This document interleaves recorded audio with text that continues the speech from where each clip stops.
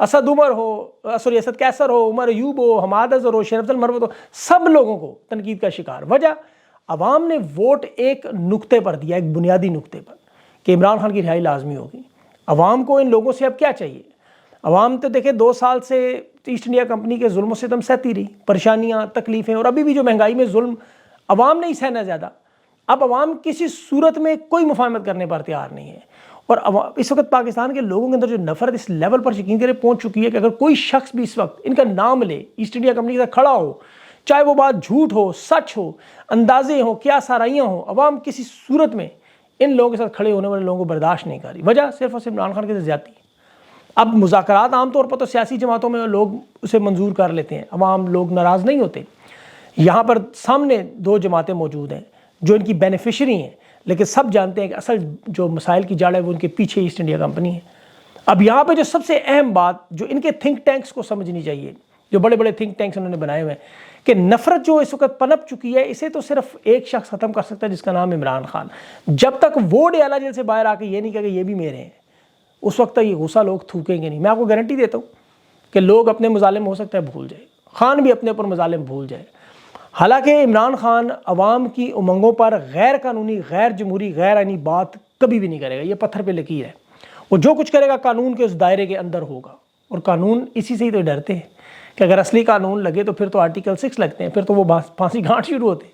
اب اصل مسئلہ یہ ہے، اور پاکستان کی قوم دیکھیں کسی صورت میں کسی بھی تحریک انصاف کے senator, M N As, M P As, core committee, ان تمام لوگوں کو سوٹ پہن کر، پینٹ کوٹ پہن کر، واسکٹیں پہن کر تقریری مقابلوں کے لیے ووٹ نہیں دی۔ وہ صرف اور صرف ان سے ایک ایجنڈا ہے، وہ عمران خان کو جیل سے باہر نکالنے کا۔ یا پھر اب اس کے ساتھ یاد رکھیں جو میں کہنے لگا ہوں کہ دوسری بات، عمران خان کے ساتھ جیل میں جا کے بیٹھ جائے۔ یہ بڑا آسان حل ہے۔ اگر ان لوگوں کو لگتا ہے کہ ان کا احتجاج نعروں کی حد تک محدود رہے گا، سڑکوں پر ہلا گلا کرنے سے یہ عوام اس سے اب متاثر نہیں ہوگی۔ ابھی یہ جو لوگ یہ سمجھتے ہیں کہ وہ خان کو جیل سے نہیں نکال سکتے، پرامن انداز میں اپنی جمہوری جدوجہد جاری رکھیں گے تو پھر وہ اپنی جمہوری جد عمران خان کے ساتھ جاری رکھیں، جس طرح شاہ محمود قریشی، پرویز الہی کر رہے ہیں۔ اگر یہ افیکٹو رول وہ کردار ادا نہیں کر سکتے تو ان سب کو خان کے ساتھ جیل میں ہونا چاہیے، سیدھی سی بات ہے۔ اب اس کی میں آپ کو دیکھیں ایک بہت بڑی اہم مثال دیتا ہوں، اس سے آپ کو سمجھ آ جائے گی۔ ابھی عوامی نیشنل پارٹی اور فضل الرحمان جی ڈی اے، ان کے ساتھ چند سیٹوں کا مسئلہ ہے۔ سندھ میں 5 جی ڈی اے کی ہیں، فضل الرحمان کی چند ہیں، ان کی عمل ولی وغیرہ کی چند نشستیں ہیں۔ اس کے ساتھ تحریک لبیک ایک چھوٹی سی جماعت تھی ماضی میں، پورا پاکستان بند کروا گئی۔ یہاں پاکستان کی سب سے بڑی جماعت تحریک انصاف کی 100 سے زائد نشستیں ہیں، تحریک انصاف کا رہنما سب سے بڑا مرشد جیل میں، Awami National Party G D A Fazal ur-Rehman کے تمام رہنما اس وقت باہر موجود ہیں۔ تحریک انصاف کا رہنما بھی جیل میں، نشستیں بھی چھین لی، پارٹی بھی توڑ دی، سب کچھ ہو گیا۔ لیکن آپ احمد ولی عوامی نیشنل پارٹی، اس کی ذرا تقریر سنیں، وہ کہتا ہے ہم گریبانوں تک پہنچیں گے۔ اتنی خطرناک تقریر محمود اچکزئی کر سکتا ہے، اختر مینگل کر سکتا ہے، فضل الرحمان کر سکتا ہے، وہ صدام خان ترین کر سکتا ہے، تو پھر عوام کی نظریں عمر ایوب پر آتی ہیں، علی محمد خان پر آتی ہیں۔ پھر لوگ سوچتے ہیں کہ ان کی جگہ کیوں نہ پھر صدام ترین کو ہم دیکھیں، کیوں نہ پھر ہم سلمان اکرم راجہ کو دیکھیں، کیوں نہ ہم شیر افضل مروت کو دیکھیں، کیونکہ یہ 4-5 اور نام اگر آپ کو پتہ ہے تو وہ بھی دیکھ لیں۔ ان سب کو اسی وجہ سے کہ جو تقاریر آپ نے ہومیوپیتھک تقاریر کرنی ہے ان کا فائدہ نہیں۔ اب فساد نہیں ہونا چاہیے، احتجاج پرامن ہی ہے، سب جانتے ہیں، لیکن عوام کا فیصلہ ہے اس پہ، اور بڑا سیدھا سادہ فیصلہ ہے۔ خیبر پختونخوا، پنجاب، بلوچستان، سندھ، کروڑوں کی تعداد میں لوگ خان پر جان نچھاور کرنے کو تیار ہیں۔ سماویہ طاہر کی باتیں سنیں آپ، وہ بڑی دلیر خاتون ہے، وہ جانتے ہیں، لوگ یہ بھی جانتے ہیں کہ عوام کا کیا حشر کرے، لیکن مجبوری یہ ہے کہ ان کے حشر کرنے سے بھی ہمیں خان واپس نہیں مل سکتا اگر خدا نہ خواستہ انہوں نے کوئی ایسی حرکت کی۔ انہیں صرف یہ سوچنا ہے کہ پاکستان کی بقا اور سلامتی اس وقت عمران خان کی بقا کی سلامتی میں بس۔ اب ان پورے اب جو سب سے اہم معاملہ جو سارے 2 دنوں میں ہوا ہے، علی امین گنڈا پور جو شہباز شریف سے ملنے جا رہا ہے، اسے وزیر اعظم تسلیم نہیں کرتا۔ بظاہر خیبر پختونخوا کے چیف سیکرٹری پر ملاقات ہے، لیکن اصل ملاقات صرف اور صرف عمران خان کی رہائی، کہ عمران خان کی رہائی کے معاملے پر آپ لوگ تیار ہیں یا نہیں۔ اور دوسرا جو بڑا اہم معاملہ جو دیکھیں، علی امین گنڈا پور کی اپنی وزارت خطرے میں ہے، اب اس کے لیے یا تو اپنی کرسی بچانا ہے یا خان کے معاملات کو حل کروانا ہے۔ اور ابھی جو چیف الیکشن کمشنر کا معاملہ آپ کو پتہ چل رہا ہے کہ اس سے استعفیٰ لیا جائے گا، اور اس سے استعفیٰ اس لیے لیا جائے گا، اس کو ہائی کمشنر ایک تو بنا کے ہو سکتا ہے کینیڈا کی طرف بھیج دیں، اس ملک سے نکال دیں، کہ ویسے بھی کردار تو اس کا ختم ہو چکا جو اس سے کام لینا تھا۔ آخری کام صرف اس سے دوبارہ گنتی کروا کے تحریک انصاف سے 20 مزید نشستیں چھیننی، ان 20 لوگوں کو خاموش کرنا ہے، اس کے بعد ساری واردات مکمل۔ یہ کینیڈا میں چلا جائے، جس طرح محسن نقوی کو دیکھیں نگران وزیر اعلیٰ بنایا، کرکٹ بورڈ کا چیئرمین بنایا، سینیٹر لگایا، وزیر داخلہ لگایا، باقی جو کابینہ میں 19 وزراء لگائے ان کی پروفائل دیکھ لیں، 17 پنجاب سے لیے، 2 انہوں نے ادھر سے لیے، پنجاب پہ ظاہر قبضہ نہیں چھوڑنا چاہتے، اور باقی ان تمام لوگوں جنہوں نے الیکشن میں مدد کی ان کو نوازنے کا سلسلہ جاری ہے۔ تو وہ تمام لوگ جن سے انہیں خطرہ ہے وعدہ معاف گواہ بن سکتے ہیں، انہیں ملک سے نکالا جائے گا۔ اور لیکن انہیں یہ نہیں پتا کہ کینیڈا میں بڑی بھاری تعداد میں پاکستانی موجود جو انتظار کریں گے، امریکہ ہو یا کینیڈا ہو، وہاں کی حکومتوں میں اور میڈیا میں جو حال ہوگا اس کے بعد تو پھر آپ جانتے ہیں۔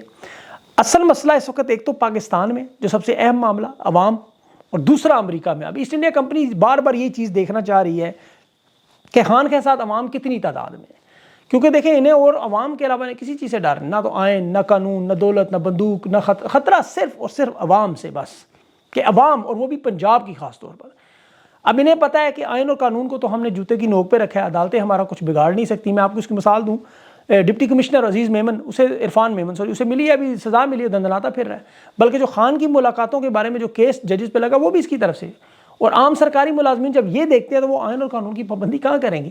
ہر محکمہ اسی لیے تباہ و برباد، جائیں کسی سرکاری محکمے میں، وہ سیدھے منہ آپ سے بات نہیں کرے گا، اور جس کے بعد جتنی طاقت ہوگی وہ اتنا چھوٹا یزید، اتنا چھوٹا فرعون بن کے اوپر طاقت استعمال کرے گا۔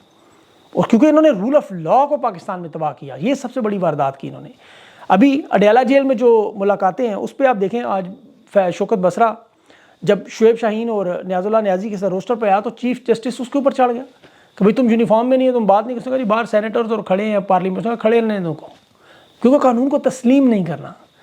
اب سینٹ میں حامد علی خان، زلفی بخاری اور مراد سعید سمیت جیلوں میں جو لوگ ہیں ان کے نام بھی شامل ہیں۔ زلفی بخاری کو سینیٹر بنانے کا میں نے اس پہ ریسرچ کی تھوڑی، ایک تو اس کے ذاتی تعلقات ٹرمپ فیملی کے ساتھ، اس کے ٹرمپ کے داماد اور بیٹی، وہ بڑے اچھے تعلقات ہیں، اور وہیں سے بیک ڈور چینل سے آپ کو پتہ ہے ڈونلڈ ٹرمپ پریزیڈنٹ آنے لگا ہے، وہ سب کو پتہ چل گیا۔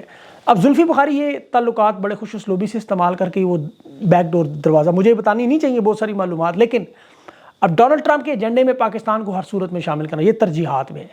میری کوشش ہوگی کہ خود زلفی بتائے اپنے انٹرویو میں، لیکن یہ نومبر سے پہلے جو عمران خان اور تحریک انصاف پر تمام معاملات ٹھیک کرنے کے لیے جو پریشر بڑھایا جا رہا ہے تاکہ پھر ڈونلڈ ٹرمپ بھی کچھ نہ کر سکے، قانونی معاملات کو اتنا الجھا دیں کہ پھر الیکشن کے معاملات میں ان تمام لوگوں کو سائڈ پہ کر دیں اور خان کے جتنے کیسز ہیں وہ عدالتوں کے سپرد کر دیں۔